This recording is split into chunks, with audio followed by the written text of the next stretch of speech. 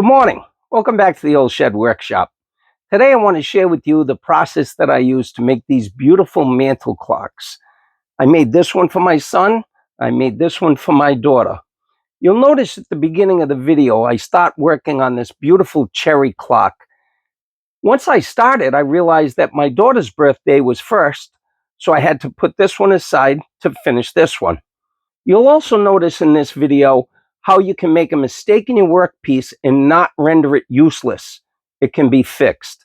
You'll also notice that you can have a finished product and then change your mind and redo it to come out differently. If this is your first time here, please take a moment to like and subscribe and hit that bell for notifications for future videos. Let's get right to it. I got this beautiful piece of wood from one of my sons. It's about 2 inches thick, about 16.5 inches long. And he didn't want it and said, maybe you can make something out of it. So after some thought, I decided I'd try my hand at making a mantle clock for my other son whose birthday is coming up. So just sketching out roughly where I want to start, I needed to come up with a circle for the top of the clock. So I used a roll of tape. Got the circle here, and then just drew a line representing what would be the top of the base. What I'll do is, once I determine the curve that I want for the base, I won't do both sides. I'll find out one side, and then I'll flip this over so that the curves are exactly the same. Just as a trial and error for the thickness of the base, I've marked out about 1.5 inches on this piece. The nice thing about this is just a mock-up. So I'll have more meat at the top of the clock when I make the actual clock. This will all be planed, and I'll be able to start fresh with a new canvas. This is where my idea started as to how I want to go about making the base. I have all the layout lines on this workpiece. Rather than go through the whole process of doing it, I think it would be easier and more timely to show you how I did it. In order to get center, which is the first thing I had to do, I put the corner of the ruler on the workpiece. I brought this down to a measurement that was easily divisible by 2, which was 16.5. That gave me 8.25 right in the center of my workpiece. I moved it down. I repeated the process. I was able to strike a line, giving me my center. The next thing I wanted to do in determining the location of the clock face was I needed to set out the shape of the base. Using a flexible curve, I laid it out, and I liked this angle. In order to keep consistency between the two sides, and rather than trying to approximate on this side exactly what this is, I took the flexible curve, turned it over, put it in the same position, and used the same curve. Having done that, it's time to determine the location of the clock face. Originally, I had it a little bit lower, and I liked this distance better. So what I did was, using my center mark, I took my 0 center ruler, set my 0 on that center line, came out 1.5 inches and 1.5 inches, determined these lines. These lines I'll need later. Having determined the center, I took a compass, set that at 1.5 inches. This clock calls for a 3-inch hole. I set my compass to 1.5 inches, and I made this circle. That's where the clock is going to sit once I bore the hole right there. These lines coming down are going to set out where I put the initials inside this box. This is right down from the outside edge. Actually, it'll be out a little more than this because the bezel extends past the outside edge of the clock. The bezel sits proud of that. So that'll give me my room I need in the middle to have my buddy Matt carve those initials into the clock base. I've also made a line here about 3/4 of an inch up, and I'm going to use that to inset a piece of walnut. I have a line here and a line here, which are my start and stop points for the router table. So I know where to start my plunge and where to stop the slot. Now it's time to head over to the router table. Going by my layout lines, I made a mark here and a mark here. I know that from the edge of my workpiece, starting right on this line, puts the cutter right on this line. As I bring the workpiece through the router bit, I know that when I land on this line, then the router bit is lined up with this line. I have the router bit elevated just a little bit above the table, and I'm going to raise it just a little bit on each pass. This cherry is hard.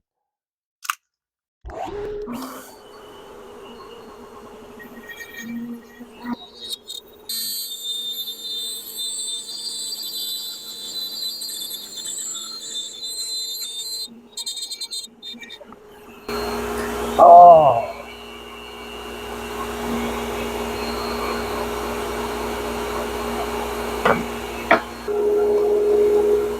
As you can see, it didn't come out as planned.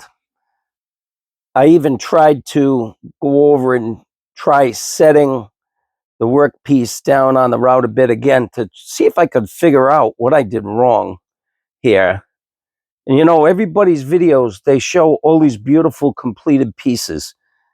I think it's also important to show you mistakes, because if I made this mistake, I'm sure some of you guys are going to also. So now I have to try to figure out, what do I do with it? This is only about 1/8 of an inch in. I've got plenty of meat here, so it's off to the planer we go. I just wanted to jump in here for a minute to offer a clarification of what went wrong with my workpiece. Initially, I was supposed to be routing a slot that had blind ends. It didn't go all the way out to the ends of the workpiece. And I was going to inlay a piece of walnut. I wanted to explain that just because there's a mistake doesn't mean your workpiece is ruined. I was able to go back to the planer. I was able to cut the piece down by about 1/8 of an inch and resume my piece without doing the inlay. Just because there's a mistake doesn't mean your workpiece is ruined. And I thought long and hard about just editing out the error from the video, and I decided to leave it in. Thanks.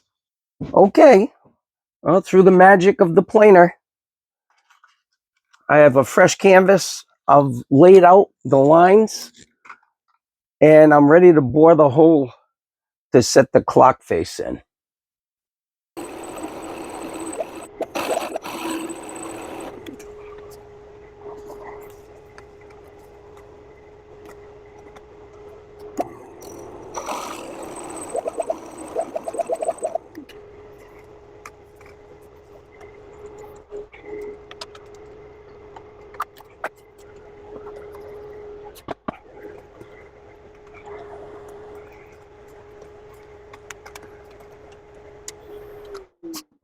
Again, just to show the front of the workpiece, to show that the problem has been corrected, I'm going now to my oscillating sander that has 150 grit paper on it. Still have to be very careful with this because it'll take material off in a hurry.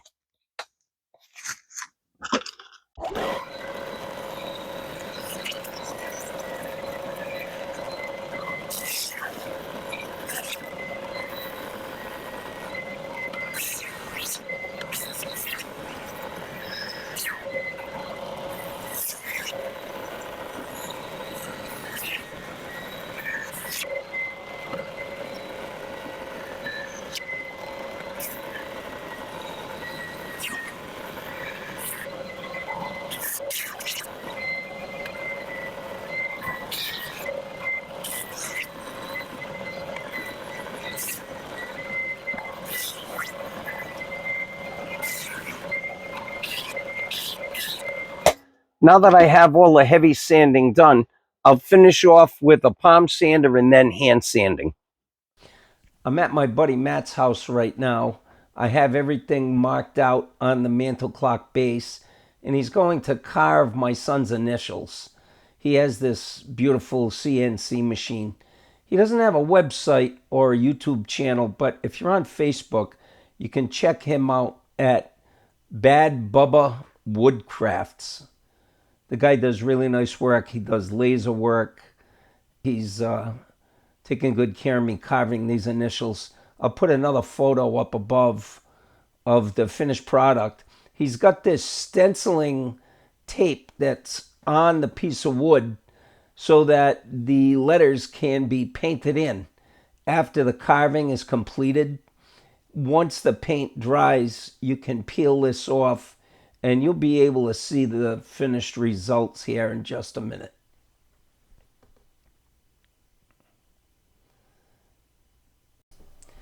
I'm back at my buddy Matt's shop again.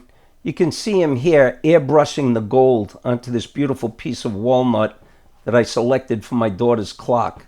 If you look at the photo above of the finished clock, you'll notice that the font is different. That's right, I changed my mind. I decided to start all over again, so I planed the front of the clock base, brought it back to Matt, laid everything out again, and had him recut the letters with this font that I thought was more elegant than the font that I had the first time. That's the protective tape I mentioned earlier. When I peel that off, you'll see the beautiful finished letters. When you look above at the next photo, you'll see the clock finished with the new font.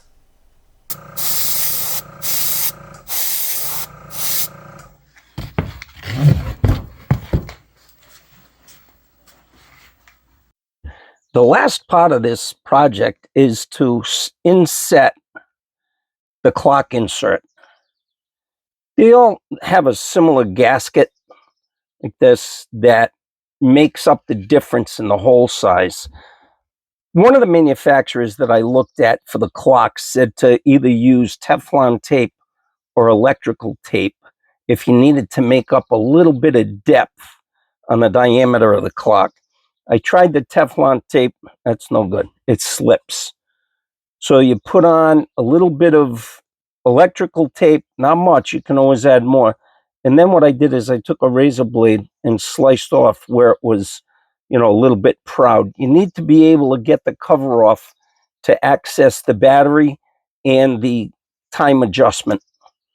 The gasket goes on, and then just carefully, you don't have to push this really hard, just set the insert down into the base. That's it. When you get the proper diameter with a little bit of tape, now the clock is secure. As usual, I'll put some links down in the description, and we'll see you on the next one.